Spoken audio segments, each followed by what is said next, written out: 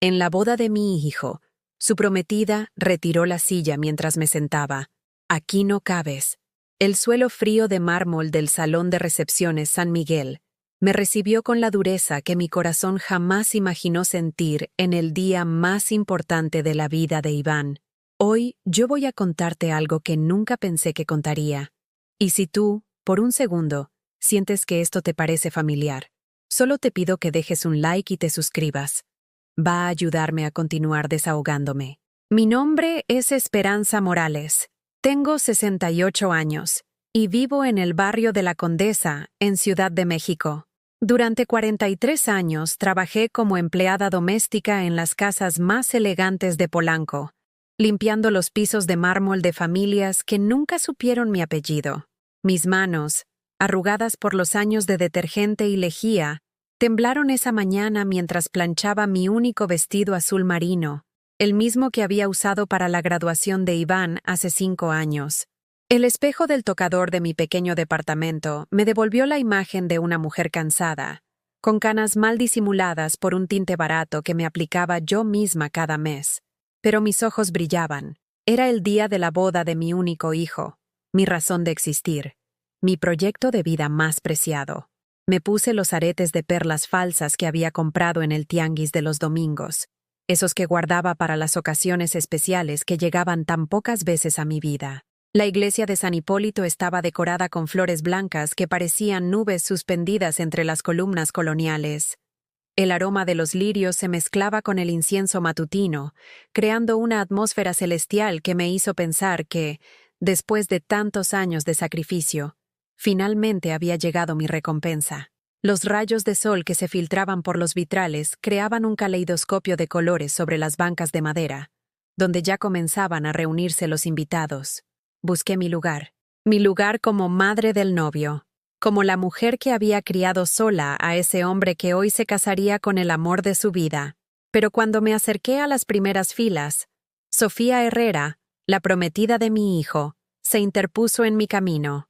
Su vestido de diseñador brillaba bajo las luces del altar.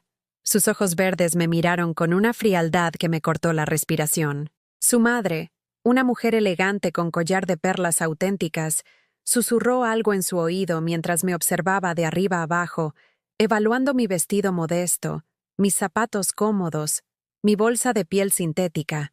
«Esperanza, ¿qué haces aquí adelante?», me preguntó Sofía con una sonrisa que no llegó a sus ojos. «Los asientos de la primera fila son para la familia directa. Tú puedes sentarte allá atrás, ¿no te parece?». Las palabras cayeron sobre mi pecho como piedras. Familia directa.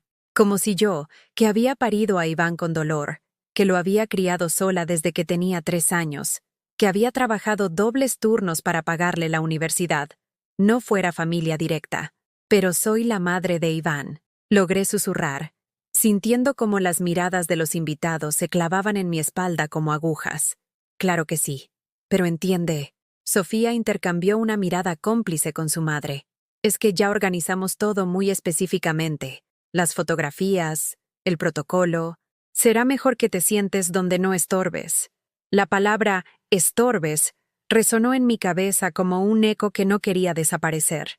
Yo, que había vendido hasta mis pulseras de oro heredadas de mi madre para ayudar con los gastos de la boda, ahora estorbaba en la ceremonia de mi propio hijo. Me dirigí hacia las bancas traseras con las piernas temblorosas, sintiendo como cada paso me alejaba no solo del altar, sino de mi lugar en la vida de Iván. Los invitados de Sofía, con sus trajes elegantes y sus perfumes caros, ocupaban las mejores ubicaciones. Familias enteras de apellidos ilustres que yo había escuchado en las telenovelas, mientras que yo, la madre del novio, quedaba relegada entre desconocidos que me miraban con curiosidad y algo de lástima. Cuando comenzó la ceremonia, tuve que ponerme de pie para poder ver a mi hijo. Iván estaba hermoso con su traje negro, el mismo que habíamos elegido juntos en una tienda del centro, pagando en abonos durante 6 meses. Sus ojos brillaban de felicidad mientras esperaba a su prometida, pero cuando nuestras miradas se cruzaron por un segundo, él desvió la vista, como si mi presencia lo avergonzara. Sofía entró del brazo de su padre, un hombre distinguido que poseía varias concesionarias de autos en la ciudad. Su vestido costaba más que todo lo que yo había ganado en un año. Los invitados susurraron admiración mientras ella avanzaba por el pasillo central, ese mismo pasillo por donde yo debería haber caminado orgullosa, ocupando mi lugar como madre del novio. Durante toda la ceremonia, las lágrimas se acumularon en mis ojos sin que me atreviera a dejarlas caer. Recordé la noche en que Iván nació, cuando el médico me lo puso en el pecho y yo le prometí que nunca le faltaría nada. Recordé las madrugadas preparando su lonchera, las tardes ayudándolo con la tarea en la mesa de la cocina, las noches en que trabajaba cosiendo para juntar dinero para sus libros. Cuando el sacerdote pidió si alguien se oponía a la unión, por un momento insano pensé en levantarme, no para oponerme a su felicidad, sino para reclamar mi lugar, para gritar que yo también existía, que yo también había sido parte importante de construir al hombre que estaba ahí parado. Pero permanecí en silencio, tragándome las palabras que se acumulaban en mi garganta como cristales rotos. La recepción en el Salón San Miguel fue aún peor. Las mesas estaban numeradas, y la mía, la mesa 15, estaba ubicada cerca de las puertas de servicio, donde el ruido de la cocina se mezclaba con la música del mariachi. Mientras las familias importantes brindaban en la mesa principal, yo compartía espacio con conocidos lejanos, que no sabían muy bien quién era yo ni qué hacía allí. Sofía se acercó durante el primer vals, radiante en su vestido cambiado, uno más cómodo para bailar. Esperanza, espero que estés cómoda. Ya sabes, preferimos que las cosas fueran íntimas, familiares. Y ahí fue cuando me ofreció una silla para que pudiera ver mejor la pista de baile donde su hijo bailaba su primer vals como esposo. Cuando intenté sentarme, confiada y agradecida por el gesto, Sofía retiró la silla de un movimiento rápido. Caí al suelo frente a todos los invitados. «Aquí no cabes», me dijo con una sonrisa helada. «Este no es tu lugar». El suelo de mármol frío me recibió como un abrazo cruel. El ruido de mi caída silenció temporalmente la música. Y por unos segundos que parecieron eternos, todos los ojos estuvieron sobre mí, pero nadie se acercó a ayudarme. Nadie. Mi hijo siguió bailando como si nada hubiera pasado. Y ahí, tirada en el suelo del salón más elegante de la condesa, con mi vestido azul marino arrugado y mi dignidad hecha pedazos, comprendí que había llegado el momento de demostrar de qué estaba hecha una madre humillada. Porque lo que Sofía no sabía era que yo guardaba un secreto, un documento, un contrato que convertiría mi humillación en su ruina completa. Mientras permanecía en el suelo del salón, con las rodillas raspadas y el orgullo destrozado, mi mente viajó hacia atrás en el tiempo como una película en reversa. Cada recuerdo llegaba con la nitidez cruel que solo aparece en los momentos de mayor dolor, cuando el alma necesita recordar por qué vale la pena levantarse. Era 1987, cuando Roberto, el padre de Iván, se fue de casa con una maleta pequeña y una promesa vacía. Regreso en unos días. Solo necesito pensar. Iván tenía apenas 3 años y me preguntaba cada noche por qué papá no llegaba a darle las buenas noches. Yo inventaba cuentos sobre viajes de trabajo mientras mis lágrimas caían silenciosas sobre la almohada compartida con mi pequeño, que se abrazaba a mi brazo buscando la seguridad que yo apenas podía ofrecerle. Al principio, esperé. Puse la mesa para 2 adultos durante semanas. Preparaba la comida que a Roberto le gustaba. Mantenía su ropa limpia y planchada en el closet como si fuera un altar a su regreso. Pero los días se convirtieron en meses. Y los meses en la cruel certeza de que estaba sola con un niño que dependía completamente de mí. La casita de 2 recámaras en la colonia Doctores se convirtió en nuestro universo. En las mañanas, dejaba a Iván con doña Carmen, la vecina de 70 años que cuidaba niños por unas monedas, y me iba a trabajar a las casas de Polanco. Subía al pecero a las 5:30 de la mañana, con mi uniforme limpio y mis zapatos cómodos, cargando una bolsa con productos de limpieza que yo misma compraba porque las señoras preferían que llevara mis propios químicos. La señora Martínez fue mi primer trabajo fijo, una mujer delgada y elegante que vivía en un penthouse con vista a Chapultepec, casada con un ejecutivo petrolero. Su casa tenía más baños que habitaciones tenía la mía, y cada superficie brillaba como un espejo bajo las luces de diseñador. Yo llegaba a las 7 de la mañana y salía a las 4 de la tarde, limpiando pisos de mármol italiano, sacudiendo muebles que costaban más que mi sueldo anual, lavando copas de cristal que sonaban como campanitas cuando las rozaba con mis manos ásperas.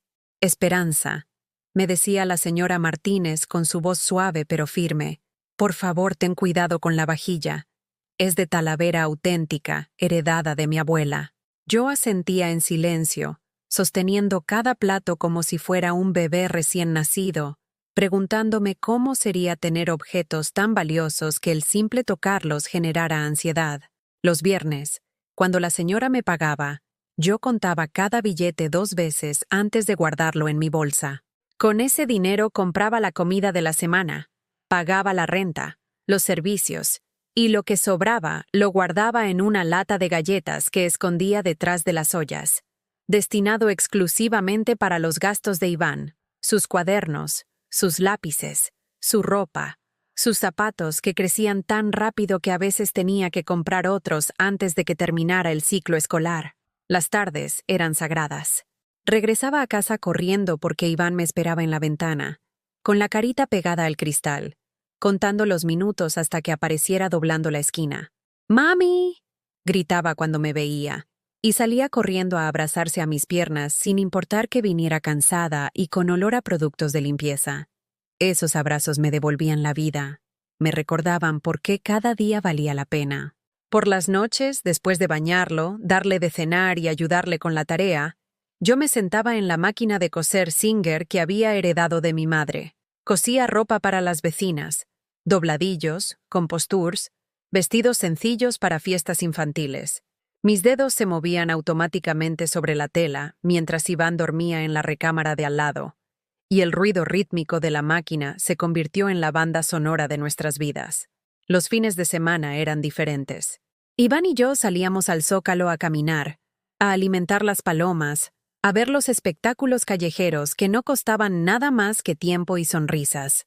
Él corría entre las fuentes mientras yo lo observaba desde una banca, imaginando el futuro que le estaba construyendo con cada peso ahorrado, con cada hora de trabajo extra, con cada sacrificio silencioso que hacía sin que él se diera cuenta. Cuando Iván cumplió 8 años, me pidió una bicicleta roja como la de su amigo Miguel, con timbre y reflectores.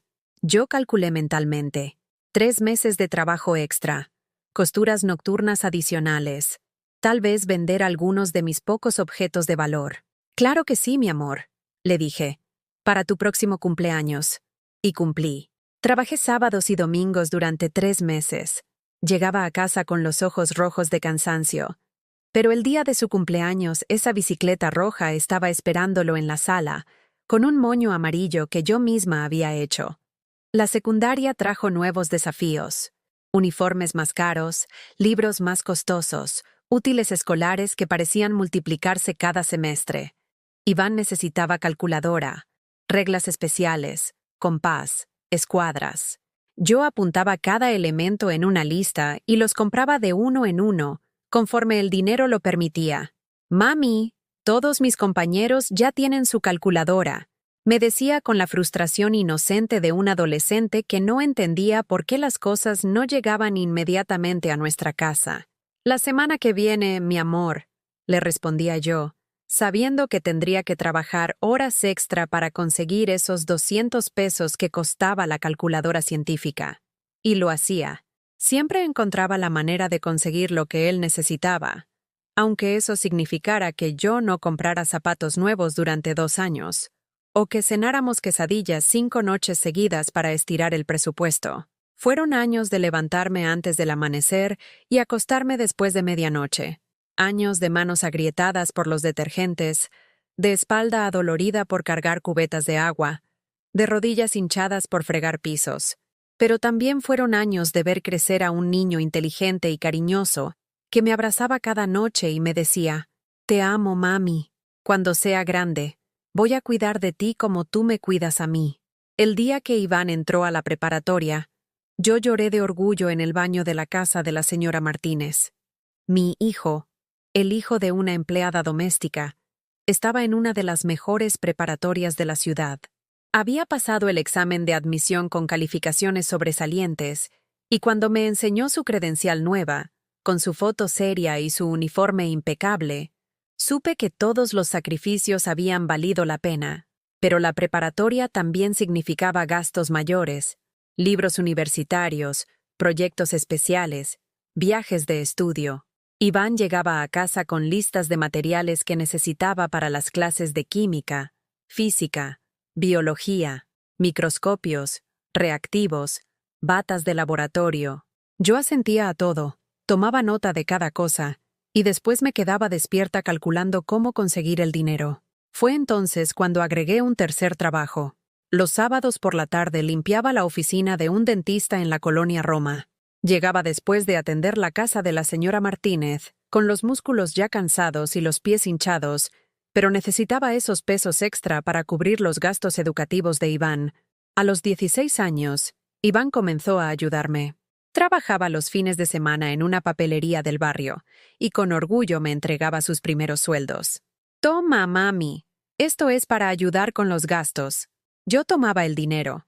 Lo contaba frente a él para que se sintiera importante, pero después lo guardaba en la lata de galletas junto con mis ahorros. Ese dinero era intocable, destinado únicamente para su futuro universitario. La universidad fue mi mayor desafío y mi mayor triunfo. Iván había sido aceptado en la Facultad de Ingeniería de la UNAM, y aunque la universidad pública tenía colegiaturas accesibles, los gastos adicionales eran considerables.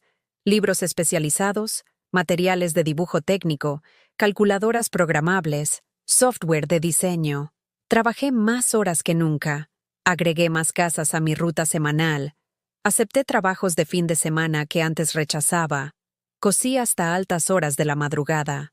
Mis manos se volvieron permanentemente ásperas.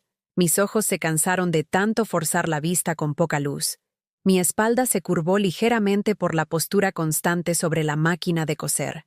Pero cada semestre, cuando Iván me enseñaba sus calificaciones, yo sentía que tocaba el cielo con las manos.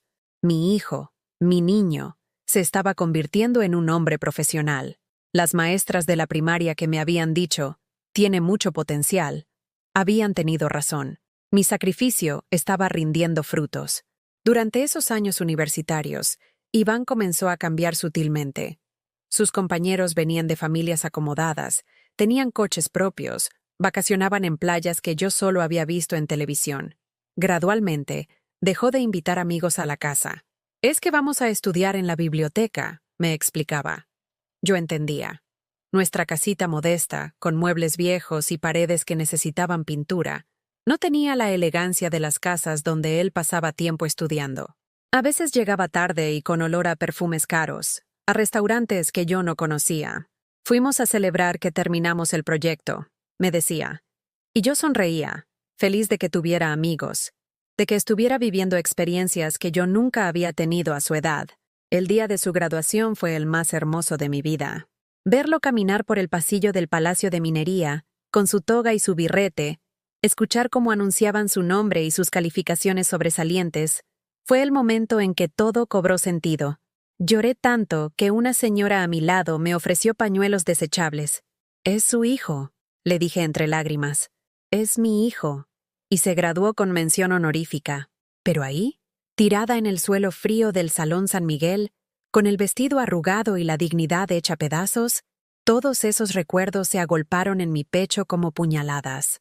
25 años de sacrificio, de amor incondicional, de trabajo incansable, reducidos a las palabras crueles de una mujer que no me conocía. «Aquí no cabes». Me las arreglé para ponerme de pie sin ayuda de nadie. Sacudí mi vestido azul marino y caminé hacia la salida del salón con la cabeza en alto. Porque si algo había aprendido en todos esos años de lucha, era que una madre nunca se queda en el suelo por mucho tiempo.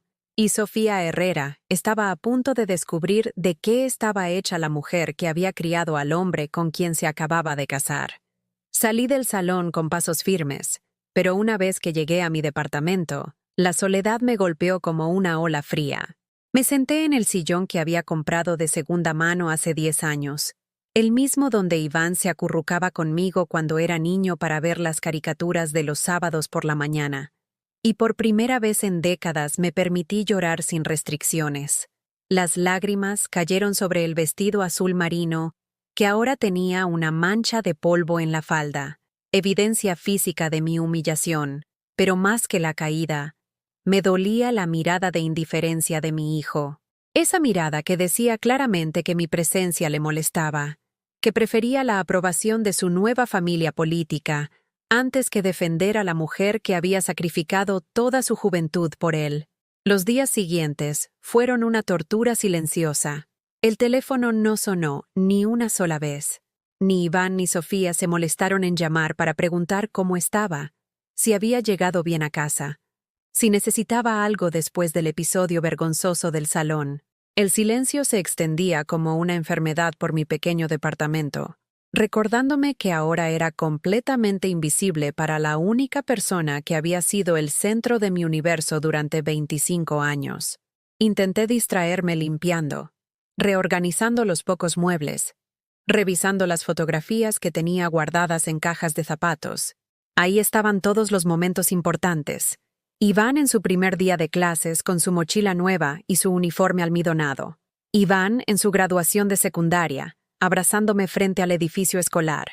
Iván el día que recibió la carta de aceptación en la universidad, sosteniendo el papel como si fuera un tesoro mientras yo lloraba de orgullo detrás de la cámara. En cada fotografía, yo aparecía feliz, radiante, con los ojos brillando de amor maternal. Pero ahora, viendo esas imágenes desde mi nueva realidad, me di cuenta de algo perturbador.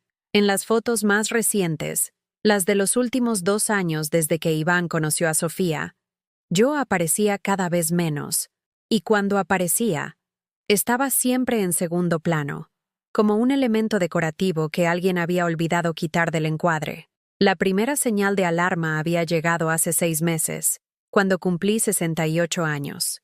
Esperé toda la mañana una llamada de felicitación. Preparé un pequeño pastel que compré en la panadería de la esquina. Me puse mi vestido menos gastado pensando que tal vez Iván vendría a visitarme como había hecho durante tantos años anteriores. El teléfono sonó a las 8 de la noche. Era él, pero su voz sonaba distraída, como si estuviera haciendo otras cosas mientras hablaba conmigo. «Feliz cumpleaños, mami. Disculpa que no te hable más temprano, pero estuve ocupado con unos asuntos del trabajo. Sofía y yo queríamos invitarte a cenar, pero surgió una cena de negocios con sus papás y no pudimos cancelar. Ya sabes cómo son estas cosas». No sabía cómo eran estas cosas. Durante 28 años mi cumpleaños había sido sagrado para él. Desde que tenía 5 años, Iván me despertaba cantando Las Mañanitas. Me preparaba un desayuno desastroso, pero hecho con amor, y pasábamos el día completo juntos haciendo cualquier cosa que yo quisiera. Era nuestra tradición, nuestro ritual privado que nunca había sido interrumpido por nada ni por nadie. Pero ahora había asuntos de trabajo y cenas de negocios, que eran más importantes que celebrar el nacimiento de la mujer que le había dado la vida. «No te preocupes, mi amor», le dije, tragándome la decepción como había aprendido a tragar tantas otras cosas. «Entiendo perfectamente. El trabajo es lo primero. Gracias por entender, mami. Eres la mejor. El próximo fin de semana te compensamos. ¿Sale?» El próximo fin de semana nunca llegó. Ni el siguiente, ni el otro. Las invitaciones a las reuniones familiares también comenzaron a escasear. Antes, cuando se trataba solo de Iván y yo, cada domingo era nuestro día sagrado. Íbamos al mercado de San Juan a comprar ingredientes especiales, regresábamos a casa y cocinábamos juntos mientras escuchábamos música en la radio. Él me contaba sobre sus estudios, sus planes, sus sueños, y yo absorbía cada palabra como si fuera el Evangelio. Pero desde que Sofía apareció en su vida, los domingos se convirtieron en planes con los Herrera. La familia de ella tenía una casa en Cuernavaca donde pasaban los fines de semana, con alberca, jardín, servicio doméstico. Y por supuesto, yo no estaba incluida en esas invitaciones. «Es que son reuniones muy familiares, mami», me explicaba Iván cuando yo preguntaba tímidamente por qué no podía acompañarlos. muy íntimas. Solo la familia cercana de Sofía. Además, creo que te aburrirías. Hablan mucho de negocios, de política, de cosas que no te interesan. ¿Cómo sabía él qué me interesaba y qué no? Durante toda su infancia y juventud, yo había demostrado interés genuino por cada tema que él tocaba, desde sus clases de matemáticas hasta sus teorías sobre ingeniería. Había aprendido sobre deportes para poder seguir sus conversaciones sobre fútbol. Había leído libros de historia cuando él estudiaba esa materia. Me había esforzado por entender conceptos complicados solo para poder mantener conversaciones inteligentes con mi hijo.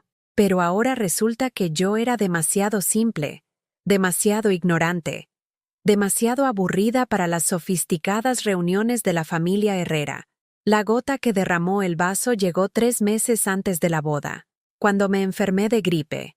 Una gripe fuerte que me mantuvo en cama durante una semana, con fiebre alta, escalofríos y una tos que parecía salir desde lo más profundo de mis pulmones.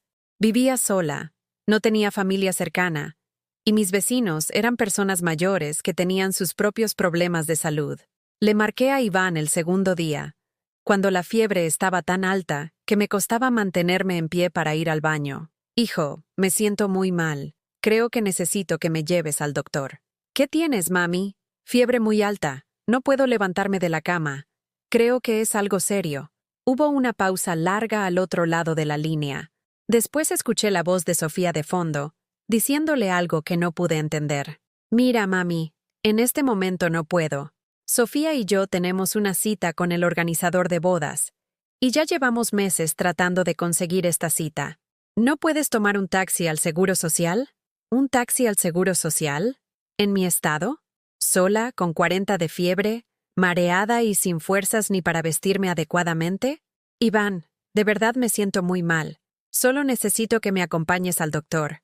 1 horita, nada más. Es que justo hoy es imposible, mami. Mañana sin falta paso a verte, ¿sale? Mañana tampoco pasó. Ni pasado mañana. Me recuperé sola, a base de tés caseros y paracetamol que compré en la farmacia de la esquina cuando finalmente pude caminar sin marearme.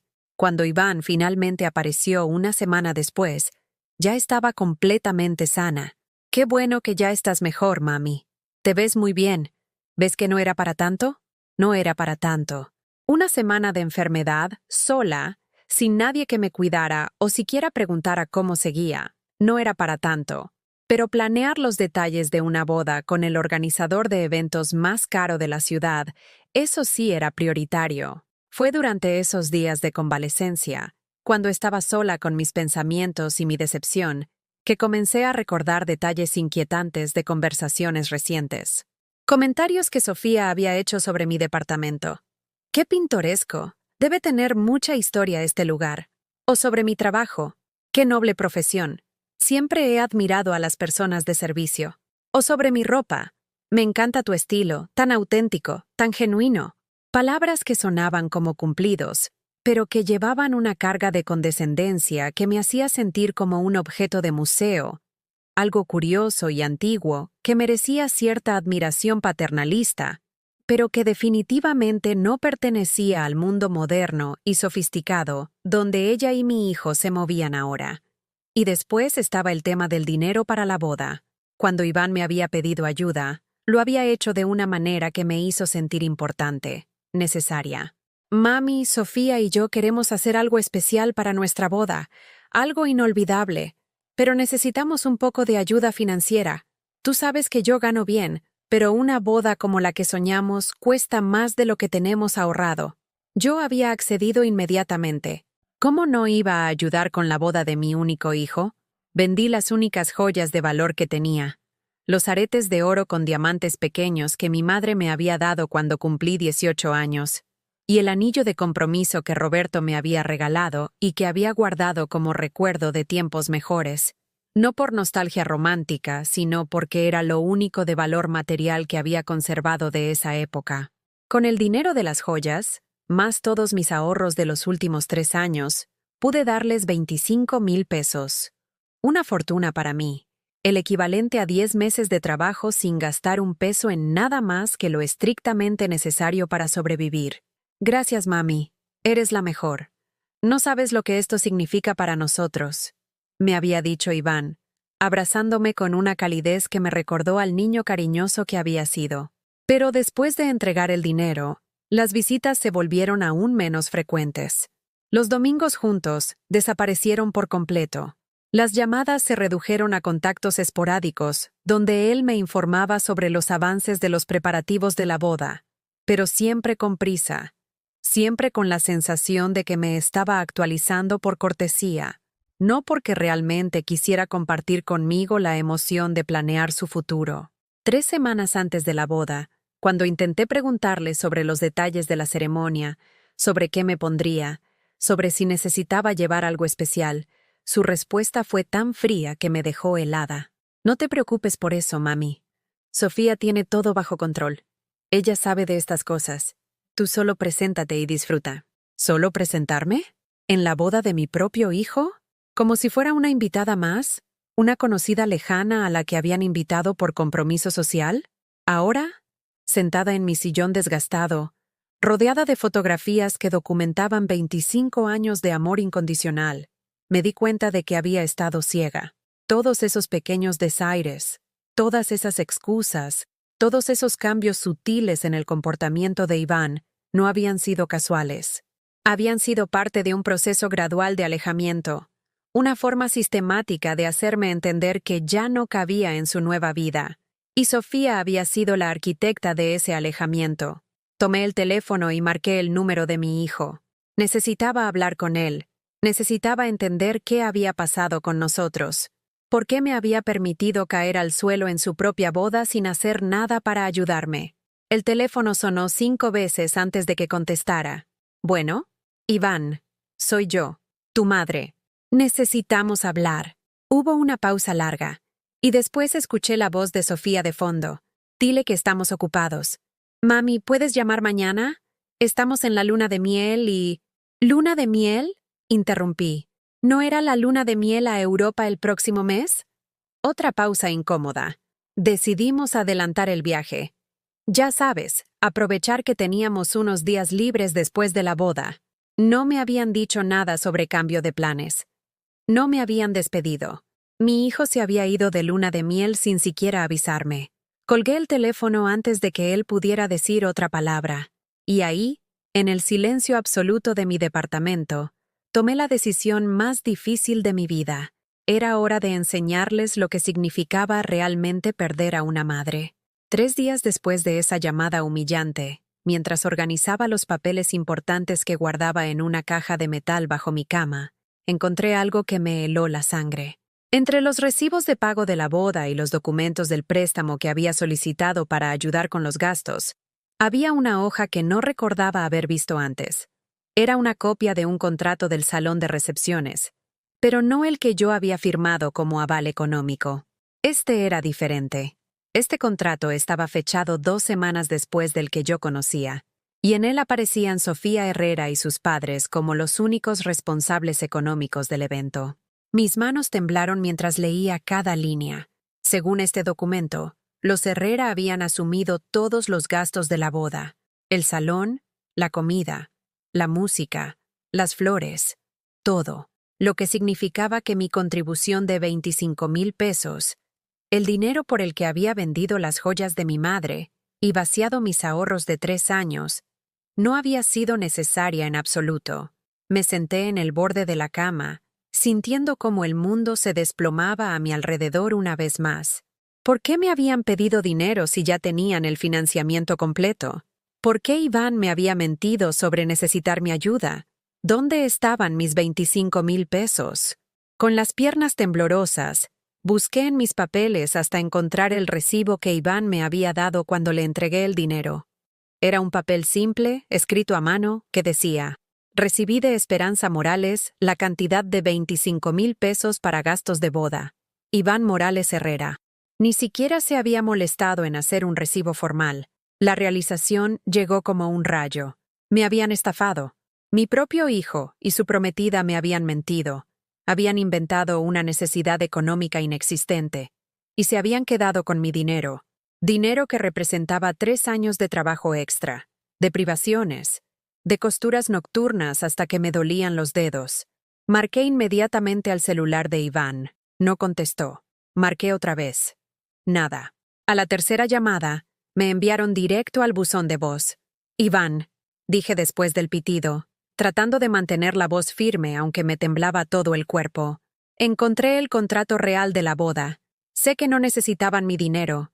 Llámame inmediatamente. Tenemos que hablar. Pasaron 4 horas. Nada. Volví a llamar, esta vez con la desesperación pintada en la voz. Iván, soy tu madre. Contesta el teléfono. Necesito que me expliques qué hicieron con mi dinero. 2 horas más tarde, el teléfono finalmente sonó. Pero no era Iván, era Sofía. Esperanza, me dijo con esa voz fría que ya conocía tan bien. Iván está muy ocupado con asuntos de trabajo. Me pidió que te llamara para aclarar este malentendido. ¿Malentendido? Exploté, perdiendo por primera vez la compostura que había mantenido durante meses de humillaciones. ¿Malentendido es robarle a una madre el dinero que ahorró durante 3 años? No dramatices, respondió con un tono tan condescendiente que me provocó náuseas. El dinero se usó para gastos relacionados con la boda. Tal vez no específicamente para el salón, pero hubo muchos otros gastos que tú no conoces. ¿Cuáles gastos? Dame detalles, dame recibos, dame facturas. No tengo por qué darte explicaciones a ti, respondió, y su voz se endureció. El dinero se usó correctamente. Si tienes dudas, habla con tu hijo cuando regrese de su luna de miel. Déjame hablar con él. Ahora. Está durmiendo. El viaje a París lo tiene muy cansado. París. La palabra me golpeó como una bofetada. Con mi dinero se habían ido de luna de miel a París. Con el dinero que yo había ganado limpiando pisos ajenos, fregando baños que no eran míos, cosiendo hasta altas horas de la madrugada, ellos estaban paseando por los campos elíseos, cenando en restaurantes elegantes, comprando recuerdos en las boutiques más exclusivas de Europa. «Eres una ladrona», le dije, sintiendo como las palabras salían desde lo más profundo de mi alma herida. «Tú y mi hijo son unos ladrones. Me robaron el dinero y me robaron la dignidad». Sofía se rió. Se rió como si mis palabras fueran el chiste más gracioso que había escuchado en años. ¿Dignidad? Esperanza, querida. La dignidad no se la puede robar nadie. Se pierde sola, cuando una no sabe cuál es su lugar en el mundo. Tu lugar nunca fue a nuestro lado. Fue un error de Iván incluirte tanto tiempo en su vida, pero ya está grande. Ya tiene una familia real. Ya no necesita que una empleada doméstica lo esté molestando con sus dramas. Empleada doméstica. Así me veía. No como la madre que había criado al hombre que ahora era su esposo. No como la mujer que se había sacrificado toda la vida para darle a Iván oportunidades que yo nunca tuve. Solo como una empleada doméstica que había perdido la noción de su lugar social. Yo soy la madre de tu esposo, logré decir entre dientes. Eras, me corrigió con crueldad calculada. Pero las madres que no saben respetar límites pierden ese privilegio. Iván ya no necesita una madre. Necesita una esposa que lo apoye en crecer profesional y socialmente. Y esa soy yo. Colgó antes de que pudiera responder. Me quedé con el teléfono en la mano durante varios minutos, procesando la conversación más cruel que había tenido en mi vida. No solo me habían robado el dinero, me habían robado a mi hijo. Me habían borrado de su vida como si nunca hubiera existido, como si 25 años de amor incondicional fueran un obstáculo del que había que deshacerse para poder ascender socialmente. Esa noche no pude dormir.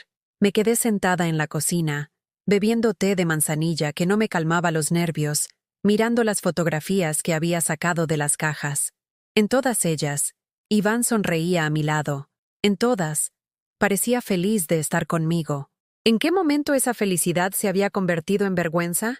¿Cuándo había comenzado a avergonzarse de la mujer que lo había criado? Al día siguiente fui a la oficina del salón de recepciones. Necesitaba confirmar mis sospechas. Necesitaba saber exactamente qué había pasado con mi dinero. La recepcionista, una chica joven de cabello teñido de rubio, me atendió con la sonrisa profesional que reservan para los clientes problemáticos. «Buenos días, señora. ¿En qué puedo ayudarla? Soy Esperanza Morales, Fui aval en el contrato de la boda de Iván Morales e Sofía Herrera, que se celebró hace una semana. Necesito revisar los detalles del pago. La chica tecleó en su computadora. Frunció el ceño. Tecleó un poco más. Señora, aquí no aparece ningún contrato a su nombre. Los únicos responsables económicos del evento fueron los señores Roberto y Patricia Herrera. Pero yo firmé papeles. Yo fui aval del evento. Permítame verificar con mi supervisora, dijo la chica, desapareciendo hacia una oficina interior. Regresó 10 minutos después con una mujer mayor, elegante, que me miró con una mezcla de curiosidad y lástima. Señora Morales, revisamos todos nuestros archivos. Usted efectivamente firmó un contrato como aval, pero ese contrato fue cancelado 2 semanas después por solicitud expresa del novio.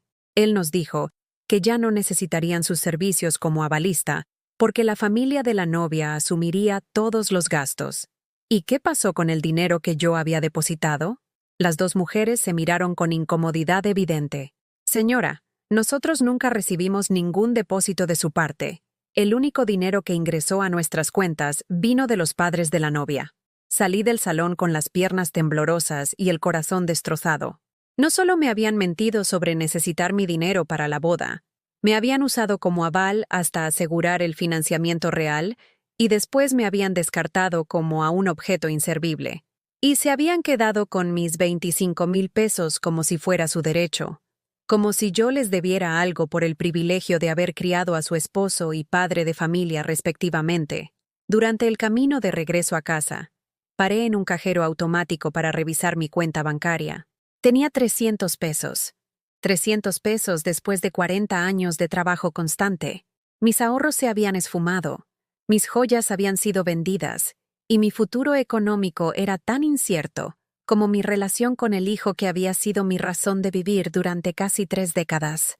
Al llegar a mi departamento, me senté frente al espejo del tocador, donde esa mañana funesta de la boda me había arreglado con tanta ilusión. La mujer que me devolvía la mirada tenía los ojos hinchados de llorar, la piel pálida de la desesperación, las manos temblorosas de la rabia contenida. Pero por primera vez en meses, también vi algo más en esa mirada. Vi determinación, vi fuerza.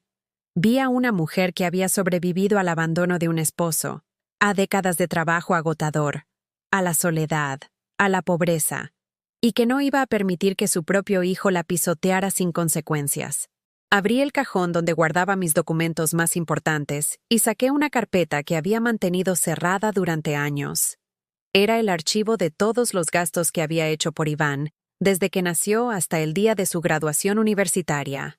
Recibos de ropa, de zapatos, de útiles escolares, de libros, de inscripciones, de cursos extras, facturas médicas, recibos de medicamentos, comprobantes de todo lo que había pagado para convertir a un niño abandonado por su padre en el ingeniero exitoso que era ahora. Comencé a sumar cada peso, cada centavo que había invertido en él durante 25 años. El resultado me dejó sin aliento. Más de 200,000 pesos, sin contar intereses, sin contar el valor del tiempo perdido, sin contar los sacrificios personales que no tenían precio. Iván me debía mucho más que respeto. Me debía dinero real, inversión tangible que había hecho en él durante décadas. Y era momento de que pagara. Tomé el teléfono y marqué a la única persona que podía ayudarme, mi prima Leticia, que trabajaba como secretaria en un despacho de abogados en la colonia Roma. Leticia, le dije cuando contestó, necesito un favor muy grande. Necesito que me ayudes con un asunto legal contra mi hijo. Mi prima Leticia llegó a mi departamento esa misma tarde con una expresión de incredulidad que no había visto en sus ojos desde que éramos niñas, y yo le contaba los cuentos más fantásticos para hacerla dormir. No puedo creer lo que me estás diciendo, Esperanza, murmuró mientras revisaba los documentos que yo había organizado sobre la mesa de la cocina. ¿En serio Iván hizo todo esto? Leticia tenía 65 años, 3 menos que yo, pero la vida le había sido más benevolente. Su esposo nunca la había abandonado. Sus 2 hijos vivían cerca y la visitaban religiosamente cada domingo. y su trabajo en el despacho de abogados le había dado suficiente conocimiento legal para entender exactamente lo que significaban los papeles que tenía frente a ella. Aquí hay elementos para varias demandas, me dijo después de revisar todo durante una hora. Fraude, apropiación indebida, posiblemente hasta usurpación de identidad, si firmaron documentos usando tu nombre sin autorización. El licenciado Ramírez puede ayudarte, pero... Esperanza, ¿estás segura de que quieres hacer esto? Es tu hijo. Ya no es mi hijo, respondí con una frialdad que me sorprendió a mí misma. Mi hijo murió el día que permitió que esa mujer me humillara en público sin mover un dedo para defenderme. El hombre que se robó mi dinero y se fue a París a gastárselo es un extraño que casualmente lleva mi apellido. Leticia suspiró profundamente, pero asintió. Conocía mi historia. Sabía todo lo que había sacrificado por Iván, y su rostro reflejaba una mezcla de tristeza y admiración por la decisión que había tomado. Está bien. Mañana en la mañana hablo con el licenciado. Pero prepárate, prima. Cuando esto salga a la luz va a ser una guerra. No me importaba. Había vivido tantas batallas en soledad que una más no me asustaba. Además, por primera vez en meses, sentía que tenía el control de la situación en lugar de ser una víctima pasiva de las decisiones de otros. Esa noche dormí mejor que en semanas. No era la paz de la reconciliación, sino la tranquilidad que viene cuando finalmente decides dejar de huir y enfrentar a tus perseguidores. Me desperté a las 6 de la mañana, como había hecho durante 40 años para ir a trabajar. Pero esta vez me vestí con mi mejor ropa y me dirigí al centro de la ciudad con un propósito completamente diferente. El despacho del licenciado Ramírez estaba en un edificio antiguo pero elegante en la colonia Roma Norte. Era un hombre de unos 50 años, canoso, con lentes que le daban un aire de intelectual serio. Leticia me había advertido que era costoso, pero también que era bueno, y que si el caso tenía fundamentos sólidos, trabajaría a porcentaje de lo recuperado. Señora Morales, me dijo después de revisar mis documentos durante 20 minutos. Esto es más grave de lo que su prima me había explicado por teléfono. Su hijo y su nuera no solo la estafaron con el dinero de la boda. También usurparon su identidad para cancelar el contrato donde usted aparecía como aval, y existe una clara intención de defraudarla. Puedo iniciar acciones legales inmediatamente. ¿Cuánto tiempo tarda esto? Depende de si ellos quieren litigar o prefieren llegar a un acuerdo, pero le adelanto que con estos elementos, ellos van a querer negociar. Nadie quiere que un caso de fraude familiar llegue a los tribunales. Es muy malo para la reputación profesional. La reputación profesional de Iván. Eso no se me había ocurrido. Mi hijo trabajaba en una empresa de ingeniería muy prestigiosa, donde la ética y la confianza eran fundamentales. Un escándalo legal por defraudar a su propia madre podría costarle el trabajo. Perfecto, le dije al licenciado. Proceda con todo. Firmé los papeles necesarios esa misma mañana. En 24 horas, Iván y Sofía recibirían una demanda formal por fraude, apropiación indebida y daño moral. Tendríamos que vernos las caras en un juzgado, donde ya no habría espacios para humillaciones públicas ni desplantes condescendientes. Habría solo hechos, pruebas y justicia. Regresé a mi departamento con una sensación extraña en el pecho. No era felicidad exactamente, pero tampoco era la tristeza aplastante que había cargado durante meses. Era algo nuevo, algo que había olvidado que existía. Dignidad. Por primera vez en mucho tiempo, me serví una taza de café sin prisa y me senté a disfrutarla mirando por la ventana. No tenía que limpiar la casa de nadie. No tenía que coser hasta altas horas. No tenía que pretender que todo estaba bien cuando mi mundo se desmoronaba. Solo tenía que ser yo, Esperanza Morales, una mujer de 68 años que había decidido defenderse. El teléfono sonó a las 4 de la tarde. El identificador de llamadas mostraba el número de Iván. Mi corazón se aceleró, pero mantuve la voz firme cuando contesté. ¿Bueno? Mamá, ¿qué carajo es esto de una demanda? La voz de Iván sonaba alterada, furiosa, completamente diferente al tono controlado y frío que había usado conmigo en los últimos meses. ¿Estás loca? ¿Cómo se te ocurre demandar a tu propio hijo? el mismo derecho que tuviste tú para robarle a tu propia madre. Respondí con una calma que me sorprendió. ¿Dónde están mis 25,000 pesos, Iván? ¿Qué 25,000 pesos? El dinero se usó para la boda. Ya te lo explicó Sofía. Mentira. Ya estuve en el salón de recepciones. Ya sé que los padres de tu esposa pagaron todo. Ya sé que me usaron de aval hasta conseguir el financiamiento real y después me descartaron.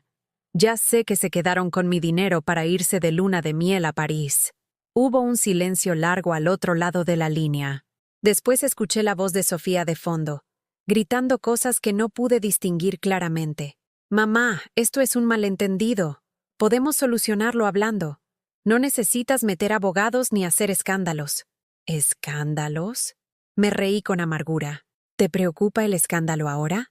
¿Dónde estaba esa preocupación cuando tu esposa me tiró al suelo frente a todos los invitados de tu boda? Eso fue un accidente. No fue un accidente, Iván. Fue humillación premeditada. Fue el final de un proceso que duró meses, donde ustedes dos me fueron apartando de tu vida hasta convertirme en un estorbo del que tenían que deshacerse. Pero te equivocaste de víctima. Yo no soy la empleada doméstica sumisa que crees que soy. Soy tu madre, y te di una educación que aparentemente no supiste valorar. No digas eso, mamá. Tú sabes que te quiero. ¿Me quieres? Demuéstralo. Devuélveme mi dinero. Los 25,000 pesos, más intereses, más daños morales. Y una disculpa pública por lo que me hicieron en la boda. Otra pausa larga. Después, la voz de Iván cambió completamente. Se volvió fría, calculadora. La voz del hombre de negocios que había aprendido a hacer en su trabajo. No voy a darte nada, mamá. Y si sigues con esta ridiculez legal, te vas a arrepentir. Sofía tiene contactos muy importantes en la ciudad. Su padre conoce jueces, abogados, gente influyente. Te van a hacer pedazos en los tribunales. Que lo intenten, respondí, sintiendo como una fuerza desconocida crecía dentro de mi pecho. Yo no tengo nada que perder. No tengo reputación que cuidar. No tengo trabajo que proteger. No tengo estatus social que mantener. Pero ustedes sí. Y cuando esto se sepa, cuando la gente se entere de que un ingeniero exitoso le robó los ahorros a su madre viuda para irse de luna de miel a Europa, vamos a ver quién sale peor parado. Colgó sin despedirse. 2 horas después, sonó el timbre de mi departamento. Cuando abrí, me encontré con Sofía parada en el pasillo.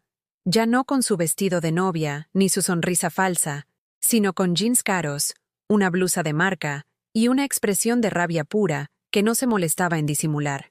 ¿Podemos hablar?, me dijo, empujando la puerta para entrar sin esperar mi autorización. Por supuesto. Pasa, siéntate. ¿Quieres un café? ¿Un té? ¿O prefieres que vayamos directo al grano? Se sentó en mi sillón viejo con la rigidez de alguien que considera que estar ahí es una degradación personal. Esperanza, esto tiene que parar. Estás haciendo el ridículo. Estás dañando a tu propio hijo por un malentendido estúpido. Explícame el malentendido, le dije, sentándome frente a ella con las manos cruzadas sobre las piernas. Explícame cómo 25,000 pesos desaparecieron por un malentendido. El dinero se usó para gastos de la boda. Tal vez no específicamente para el salón, pero hubo muchos otros gastos. La luna de miel, la ropa, los regalos para los padrinos, 1000 cosas que tú no entiendes porque nunca has organizado un evento de esa magnitud. ¿La luna de miel se pagó con mi dinero? Sofía dudó por un segundo antes de responder, y en esa duda vi la confirmación que necesitaba. Parte de los gastos generales. Sí, pero eso es normal en las familias. Los padres ayudan con los gastos de los hijos. Los padres ayudan cuando los hijos se los piden honestamente, no cuando los engañan y los roban. Ustedes me mintieron. Me dijeron que necesitaban mi dinero para el salón, sabiendo que los padres de tu esposo ya habían pagado todo, porque sabíamos que si te pedíamos dinero para la luna de miel, no nos ibas a dar nada. Explotó finalmente, mostrando su verdadera personalidad. Sabíamos que ibas a ponerte en tu papel de mártir, de madre sacrificada, y nos ibas a hacer el drama de que no tenías dinero para esas cosas. Era más fácil decirte que era para algo necesario. Ahí estaba la verdad. Me habían mentido porque asumieron que yo era demasiado estúpida o demasiado tacaña para contribuir voluntariamente a su felicidad. Habían decidido que era más fácil engañarme que respetarme lo suficiente para pedirme ayuda honestamente. Y la humillación en la boda también estaba planeada, ¿verdad? Sofía se removió incómodamente en el sillón. No estaba planeada, pero sí pensábamos que era importante establecer límites. Iván necesita crecer, necesita independizarse de ti, y tú necesitas entender que ya no eres la mujer más importante en su vida. Tienes razón, le dije, levantándome del sillón. Ya entendí perfectamente cuál es mi lugar en la vida de Iván. Y él va a entender perfectamente cuáles son las consecuencias de tratar así a la mujer que lo crió. Sofía se puso de pie, su máscara de falsa civilidad completamente caída. Si sigues con esto, te vas a quedar sola, completamente sola. Iván nunca te va a perdonar que lo hayas demandado. No vas a conocer a tus nietos. No vas a ser parte de su vida nunca más. Sofía, le dije, caminando hacia la puerta para abrirla. Ya estoy sola. Ya no soy parte de su vida. Ya perdí a mi hijo. Lo único que me queda por perder es mi dignidad, y esa no se la voy a regalar a nadie. Muchísimo menos a ti. La saqué de mi casa con la satisfacción de quien finalmente había encontrado su voz después de meses de silencio. Esa noche, por primera vez en años, cené algo que realmente me gustaba. Compré un pollo rostizado en la esquina. Preparé una ensalada fresca. Me serví una copa del vino barato que tenía guardado para ocasiones especiales, y comí despacio, saboreando cada bocado. No era la cena de una mujer derrotada, era la cena de una mujer que había decidido pelear. Y la pelea apenas comenzaba. La primera decisión que tomé después de echar a Sofía de mi casa fue algo que había estado posponiendo durante 40 años. Compré un teléfono nuevo. No el modelo más barato que siempre elegía por necesidad, sino uno de gama media con cámara buena y suficiente memoria para guardar lo que quisiera. Lo pagué en efectivo con una parte del dinero que había guardado para emergencias, y por primera vez en décadas, no sentí culpa por gastar dinero en algo que me diera placer. El vendedor, un muchacho de unos 25 años con tatuajes en los brazos, me explicó pacientemente todas las funciones mientras configuraba mi número nuevo. Cuando terminó, me miró con curiosidad. ¿Quiere que transfiera los contactos de su teléfono anterior, señora? Lo pensé durante unos segundos. Mi teléfono viejo tenía grabados los números de personas que ya no formaban parte de mi vida, compañeras de trabajo que se habían jubilado o cambiado de empleo, vecinas que se habían mudado, conocidas que habían desaparecido gradualmente de mi rutina.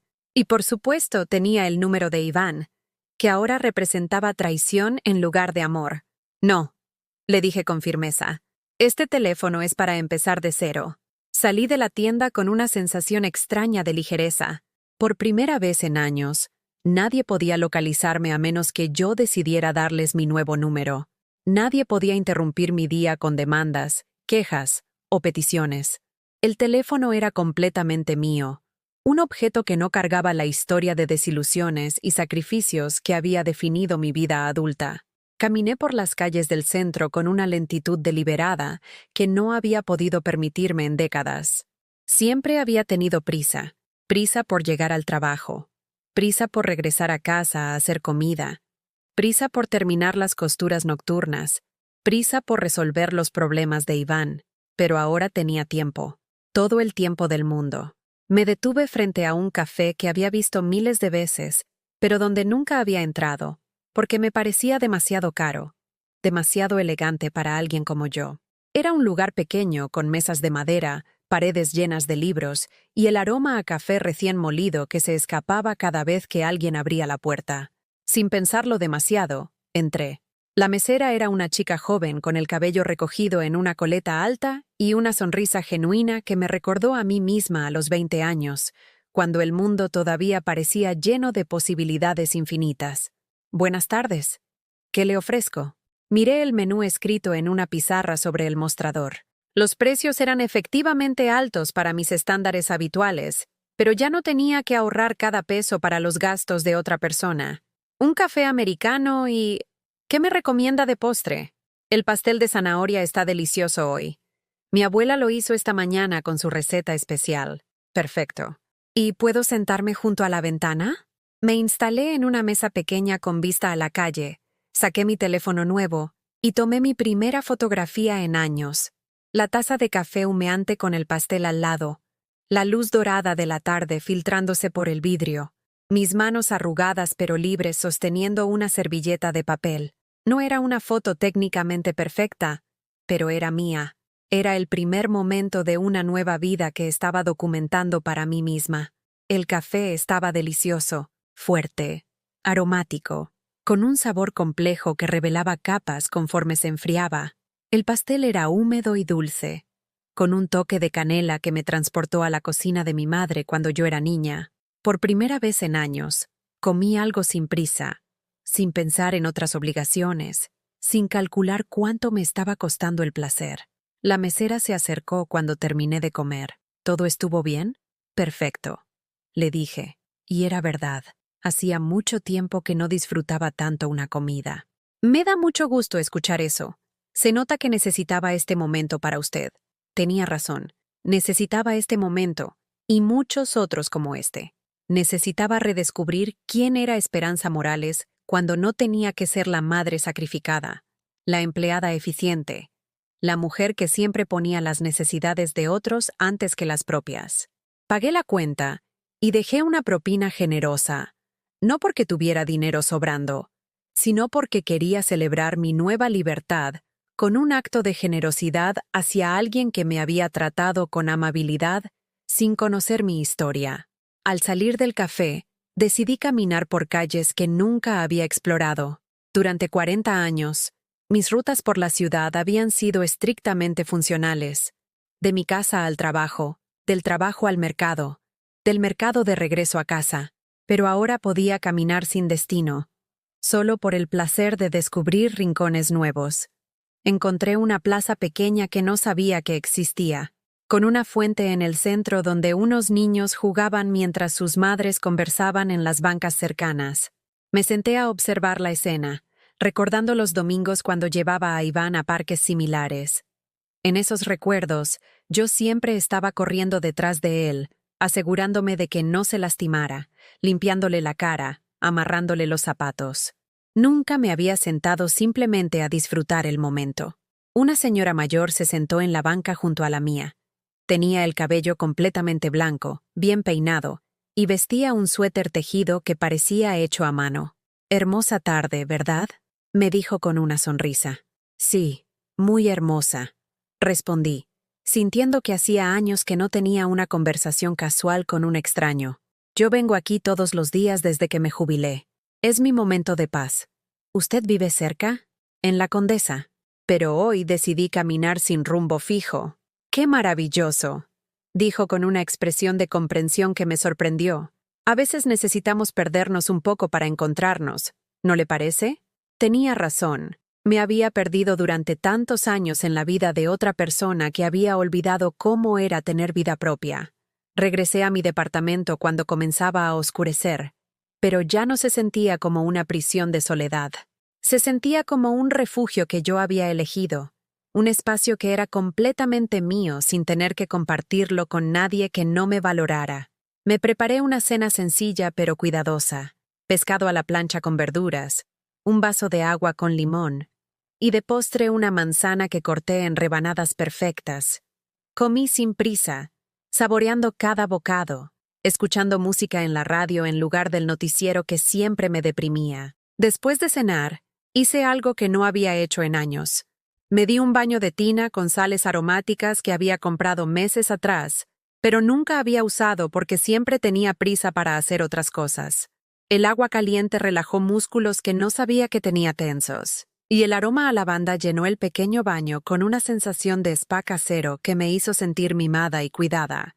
Me puse una pijama limpia, no el camisón viejo que usaba por costumbre, sino la pijama bonita que había comprado para ocasiones especiales que nunca llegaban. Esta noche era ocasión especial, mi primera noche de libertad real. Me senté en la cama con una taza de té de manzanilla y saqué un cuaderno que había encontrado en el fondo de un cajón. Era un regalo que me había dado una de las señoras para las que trabajaba hace años. un cuaderno bonito con tapas de cuero sintético que había guardado para algo importante. Esta noche finalmente había llegado el momento importante. En la primera página escribí: Diario de Esperanza Morales. Primera entrada. El día que decidí vivir para mí misma.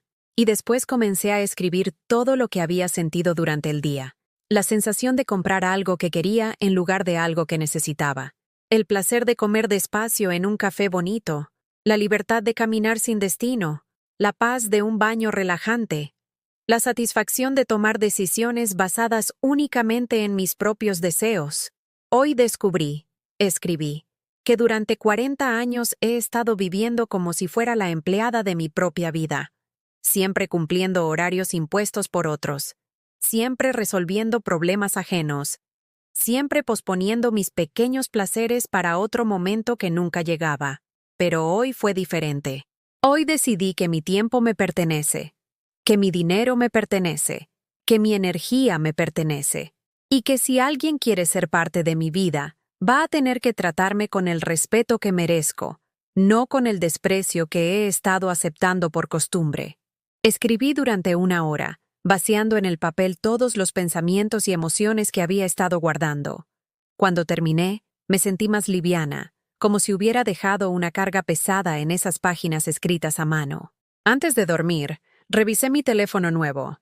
No tenía llamadas perdidas porque nadie tenía el número. No tenía mensajes de texto porque no había dado el contacto a nadie. Era una pantalla completamente limpia, sin la ansiedad constante de saber si Iván necesitaba algo, si había alguna crisis que resolver, si alguien esperaba que yo cumpliera con alguna obligación. Por primera vez en décadas, me acosté sin preocuparme por nadie más que por mí misma.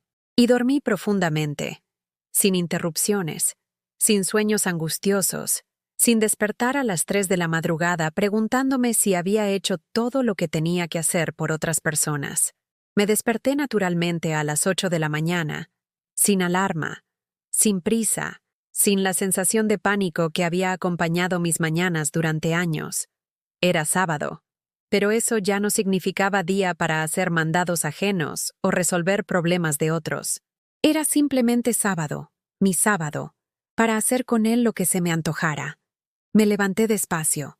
Me estiré frente a la ventana donde entraba el sol matutino y sonreí. No era una sonrisa forzada de cortesía social o de resignación. Era una sonrisa genuina de mujer que había recordado, después de mucho tiempo, lo que se sentía estar contenta. El teléfono que había dejado sobre la mesa de noche seguía en silencio. Nadie me necesitaba urgentemente. Nadie esperaba que yo resolviera sus problemas antes de resolver los míos. Y por extraño que parezca, esa soledad no se sentía como abandono. Se sentía como libertad. Me serví el desayuno más elaborado que había preparado para mí sola en años. Huevos revueltos con champiñones, jugo de naranja recién exprimido, pan tostado con mermelada de fresa, café fuerte en mi taza favorita. Desayuné mirando por la ventana a las personas que pasaban por la calle, cada una con sus propios destinos y preocupaciones, ninguna de las cuales tenía que ver conmigo. Era el primer desayuno de mi nueva vida, y sabía absolutamente delicioso. Una semana después de mi primera tarde de libertad, el licenciado Ramírez me llamó a mi número nuevo para darme noticias que cambiarían todo. Señora Morales, tengo información muy interesante. La parte demandada quiere citarla a una reunión. Quieren llegar a un acuerdo extrajudicial antes de que el caso llegue a los tribunales. ¿Qué tipo de acuerdo?, pregunté, sintiendo como mi corazón se aceleraba por primera vez en días. Su hijo dice que está dispuesto a devolverle el dinero completo más intereses, a cambio de que usted retire la demanda y firme un acuerdo de confidencialidad sobre todo el asunto. Un acuerdo de confidencialidad. Querían comprar mi silencio para que nadie más se enterara de lo que habían hecho. Querían que aceptara el dinero como si fuera limosna y después desapareciera discretamente de sus vidas sin hacer ruido que pudiera dañar su reputación social. ¿Cuándo es la reunión? Mañana a las 5 de la tarde en mi oficina. Van a venir su hijo, su nuera y el padre de ella con su abogado. ¿Está lista para esto, señora Morales? Va a ser intenso. Estaba más que lista. Había estado preparándome para este momento durante décadas sin saberlo. Esa noche dormí profundamente, y la mañana siguiente me desperté con una claridad mental que no había sentido en años. Me vestí con mi mejor ropa, el traje azul marino que había comprado para la boda, pero que después había guardado porque me traía malos recuerdos. Hoy se convertirá en el traje de mi victoria. Me arreglé el cabello, me puse los aretes de perlas falsas y me miré al espejo con satisfacción. La mujer que me devolvía la mirada ya no era la empleada doméstica sumisa que había aceptado humillaciones durante meses. Era una mujer con dignidad, con derechos, con la fuerza para defenderse.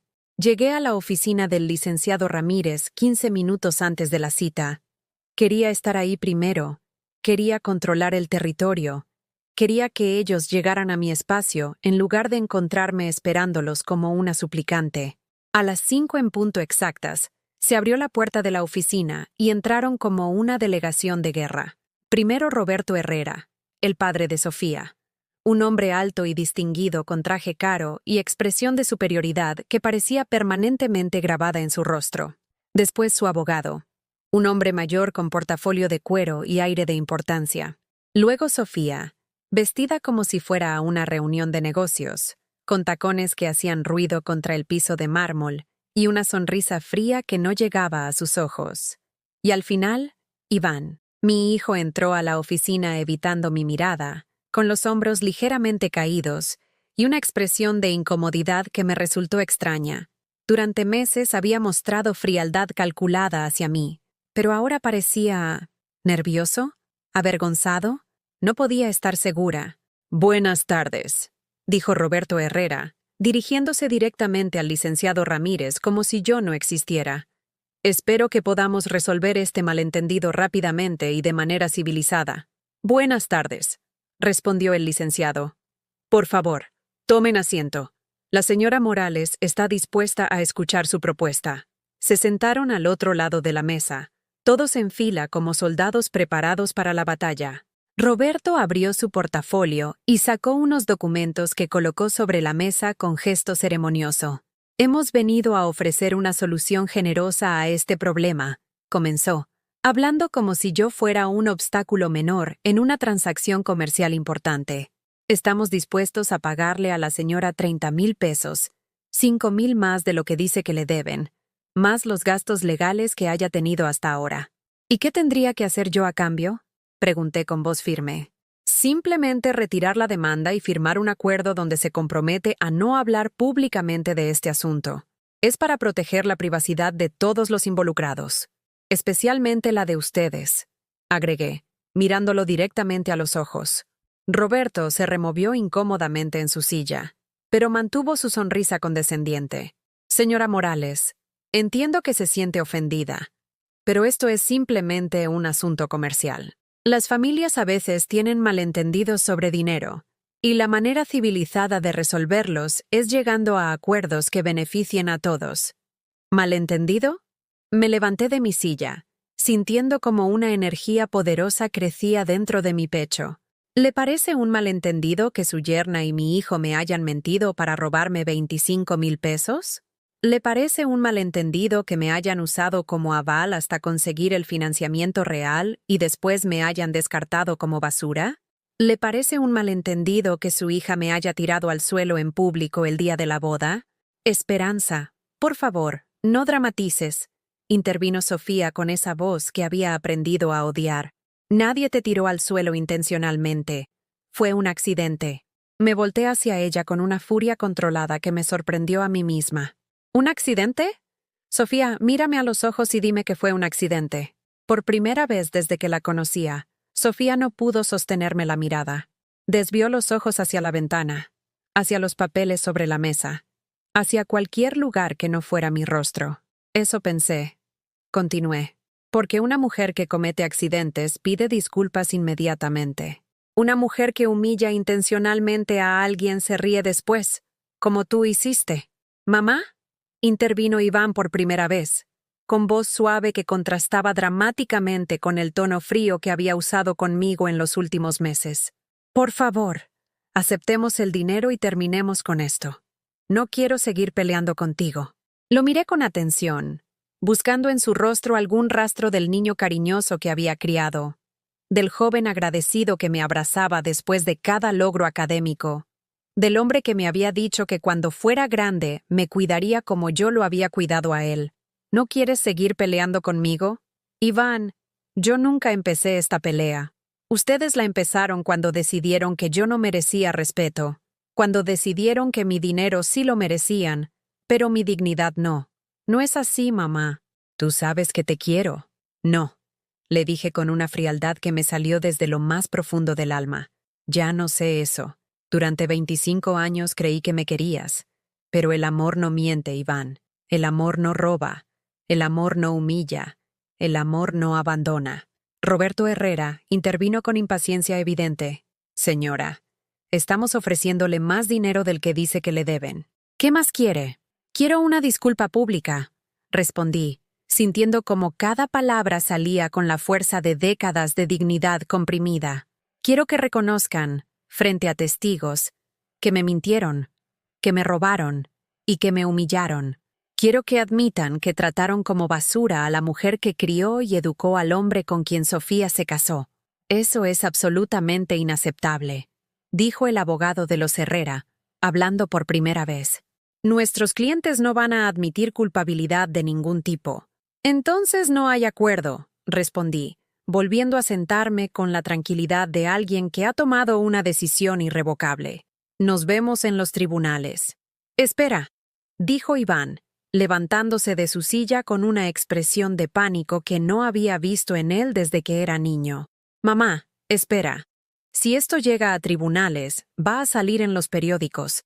Van a hablar de nosotros en el trabajo, en el club, en todos lados. Mi carrera se va a arruinar.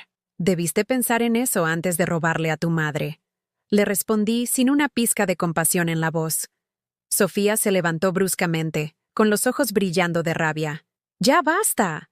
Eres una mujer resentida y amargada que no puede aceptar que su hijo ya no la necesita. Estás haciendo esto por venganza, no por justicia. La oficina se quedó en silencio absoluto. Hasta Roberto y su abogado la miraron con desaprobación por el arrebato, pero yo me mantuve completamente calmada.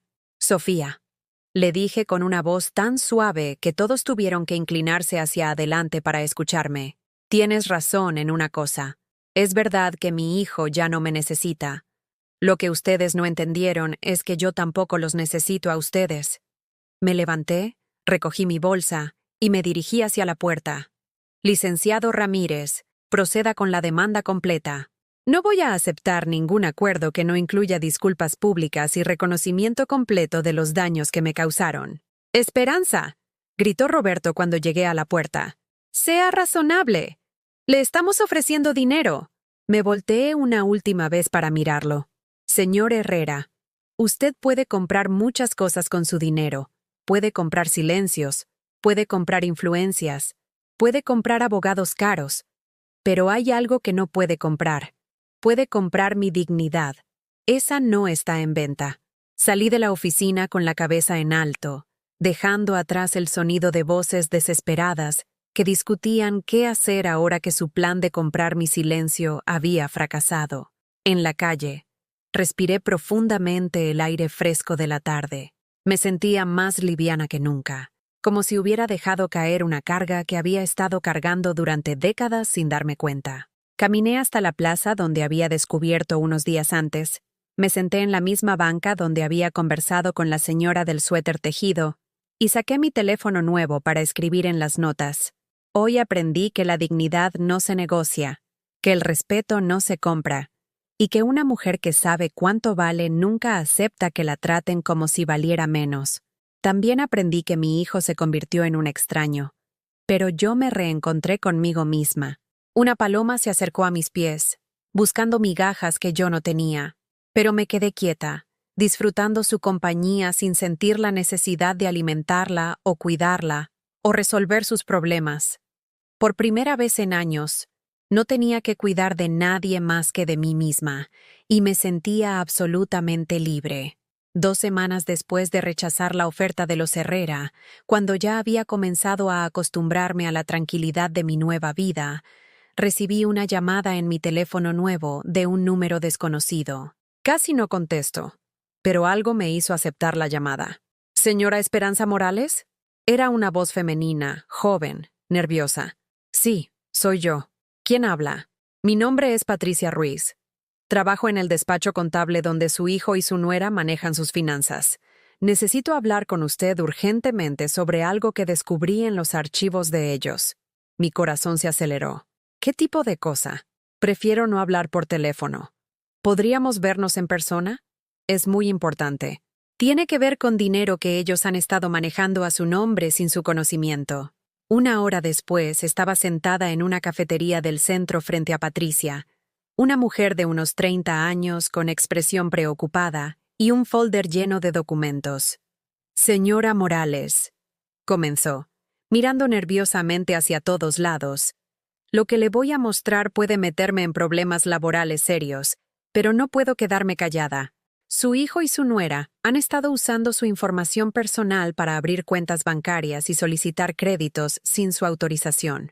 Sentí como el mundo se tambaleaba una vez más bajo mis pies. ¿Cómo es posible eso? Patricia abrió el folder y me mostró documentos que me helaron la sangre. Eran solicitudes de tarjetas de crédito, contratos de préstamos bancarios y estados de cuenta. Todo a mi nombre. Todo con firmas que no eran mías, pero que imitaban mi letra con precisión inquietante. Tienen una deuda de casi 100,000 pesos acumulada en diferentes bancos. Todo usando su identidad, explicó Patricia con voz temblorosa. Los bancos van a empezar a buscarla a usted para cobrar, porque legalmente usted aparece como la deudora. Pero yo nunca firmé nada de esto. Ni siquiera sabía que existían estas cuentas. Lo sé. Por eso me puse en contacto con usted. Cuando vi su nombre en la demanda que están enfrentando por el fraude de la boda, me di cuenta de que usted no sabía nada de estos otros movimientos financieros. Pero señora, esto es muy grave. Usurpación de identidad, fraude bancario. Pueden ir a la cárcel por esto. Me quedé en silencio durante varios minutos, procesando la magnitud de la traición. No solo me habían robado mis ahorros para irse de luna de miel, no solo me habían humillado públicamente, también habían estado usando mi identidad para endeudarse, convirtiendo mi nombre en aval de sus gastos extravagantes, sabiendo que cuando los bancos vinieran a cobrar, yo sería la responsable legal. ¿Por qué me está contando esto? Le pregunté a Patricia. ¿Por qué arriesga su trabajo por una desconocida? Sus ojos se llenaron de lágrimas. Porque mi madre pasó por algo similar con mi hermano mayor. Él usó su identidad para pedir préstamos y después desapareció, dejándola con deudas que no podía pagar. Ella perdió su casa, su carro, todo. Murió 3 años después de un infarto.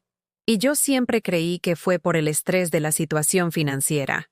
No puedo permitir que le pase lo mismo a otra madre.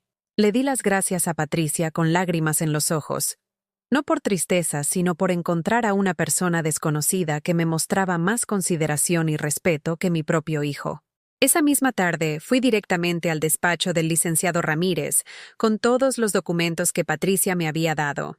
Esto cambia todo, me dijo después de revisar los papeles durante media hora. Ya no estamos hablando solo de una estafa familiar por 25,000 pesos. Estamos hablando de usurpación de identidad a gran escala, fraude bancario múltiple, falsificación de documentos. Esto es delito federal. Pueden ir a prisión. ¿Qué tengo que hacer? Primero, vamos a denunciar penalmente a ambos por usurpación de identidad. Segundo, vamos a notificar a todos los bancos que usted no reconoce ninguna de estas deudas y que su identidad fue usada sin su consentimiento. Tercero, vamos a documentar todo como evidencia adicional en la demanda civil que ya tenemos. Al día siguiente, los periódicos locales publicaron una nota pequeña pero devastadora. Ingeniero acusado de defraudar a su propia madre enfrenta nuevos cargos por usurpación de identidad. La noticia incluía el nombre completo de Iván, su lugar de trabajo, y una descripción detallada de los cargos criminales que enfrentaba. Mi teléfono no dejaba de sonar, pero yo había aprendido a no contestar números desconocidos. Era Leticia quien me mantenía informada de lo que estaba pasando. Prima, esto se convirtió en un escándalo. Iván perdió el trabajo. Los Herrera tuvieron que sacar a Sofía del país porque la gente los reconoce en la calle. Roberto Herrera dice que si no retiras las demandas, va a arruinar tu vida. ¿Y cómo va a arruinar la vida de una mujer que ya no tiene nada que perder? Le respondí con tranquilidad genuina. 3 días después recibí una llamada directa de Iván en mi teléfono nuevo. Había conseguido el número, probablemente pagándole a alguien para que lo investigara. «Mamá, por favor, necesito que hables conmigo 5 minutos. Solo 5 minutos». Algo en su voz era diferente. Ya no era el tono arrogante y frío de los últimos meses. Sonaba roto, desesperado, como el niño que solía correr hacia mí cuando tenía pesadillas. «Está bien. 5 minutos. Mamá, lo perdí todo. El trabajo, los amigos, la reputación. Sofía me está culpando a mí por todo, y está hablando de divorcio. Sus padres contrataron abogados para demostrar que yo fui el único responsable de usar tu identidad. Me van a dejar solo enfrentando los cargos criminales». ¿Y? ¿Y? ¿Eso es todo lo que vas a decir? ¿Qué quieres que te diga, Iván? ¿Que siento lástima por ti? ¿Que voy a retirar las demandas para salvarte? ¿Que voy a olvidar todo lo que me hicieron porque ahora las consecuencias te están alcanzando? Mamá, yo sé que me equivoqué. Sé que te lastimé. Pero soy tu hijo.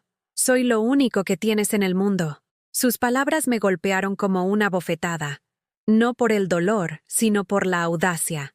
Incluso en su momento más desesperado, seguía intentando manipularme emocionalmente. «No, Iván», le dije con una claridad que me sorprendió a mí misma. «Tú no eres lo único que tengo en el mundo.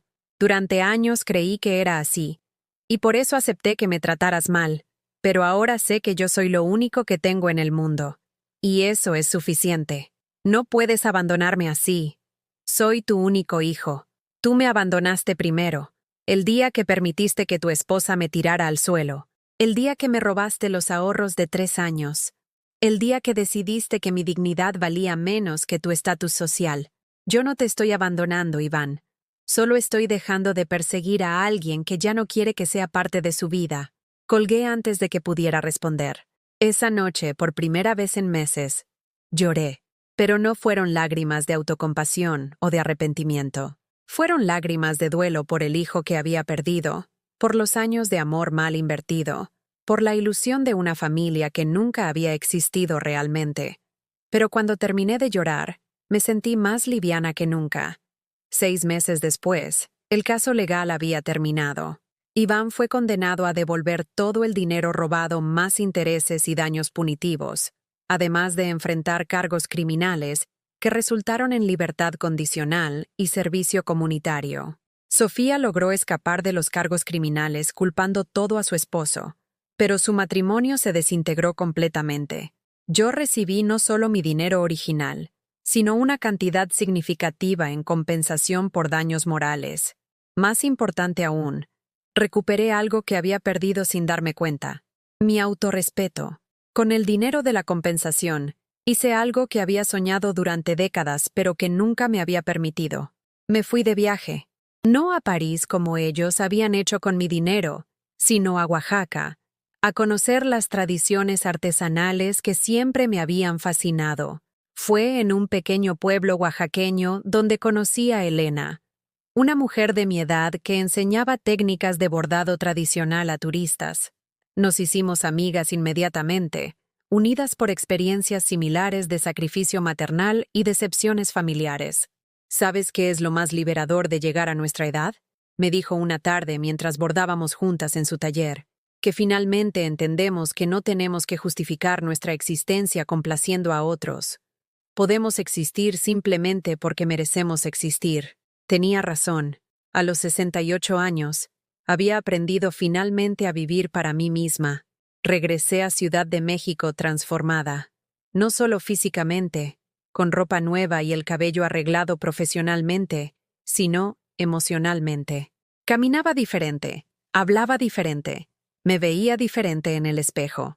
Retomé mi trabajo, pero ahora con nuevas condiciones. Solo aceptaba empleos con horarios flexibles. Solo trabajaba para familias que me trataran con respeto. Y solo hacía tareas que yo consideraba dignas. Mi tiempo ya no estaba disponible para cualquiera que quisiera aprovecharse de él. Un año después de la boda que cambió mi vida, estaba sentada en mi café favorito, el mismo donde había tomado mi primera decisión de libertad, cuando vi entrar a una mujer mayor con una joven que claramente era su hija. La mujer mayor cargaba las bolsas de compras, pagaba la cuenta y escuchaba pacientemente mientras la joven se quejaba de todo: el trabajo, el novio, la falta de dinero. Me reconocí en esa mujer mayor y sentí una mezcla de compasión y gratitud. Compasión por lo que ella estaba viviendo. Gratitud por haber logrado escapar de esa dinámica. Me acerqué a su mesa cuando la joven se fue al baño. «Disculpe», le dije suavemente. «No quiero entrometerme, pero... ¿está bien?» Se ve un poco agotada. La mujer me miró con ojos tristes, pero sonrió. «Es mi hija. A veces siento que nunca va a crecer, que siempre va a necesitar que yo resuelva sus problemas. ¿Puedo darle un consejo que me hubiera gustado recibir hace 20 años?» Asintió. «No se olvide de usted misma en el proceso de cuidar a otros. Su vida también importa. Su felicidad también cuenta. Y si alguien no la valora lo suficiente como para tratarla con respeto, tal vez sea momento de enseñarle lo que significa perderse». La mujer me miró con sorpresa, pero algo en sus ojos me dijo que mis palabras habían llegado al lugar correcto. Salí del café con el corazón lleno, sabiendo que tal vez había plantado una semilla de cambio en otra mujer que lo necesitaba. Porque al final, eso es lo que he aprendido. El amor verdadero no humilla, no roba, no abandona. El amor verdadero respeta, valora y celebra. Y si alguien no puede ofrecerte eso, es mejor estar sola con tu dignidad intacta que acompañada por personas que no saben valorarte. A veces, el suelo necesita temblar para que aprendamos a mantenernos firmes. ¿Alguna vez te han hecho sentir que no cabes en tu propia familia? ¿Has vivido algo así o conoces a alguien que haya pasado por esta situación? Cuéntamelo en los comentarios. Y si esta historia te llegó al corazón, deja tu like y suscríbete al canal para que este mensaje llegue a alguien más que necesite escucharlo.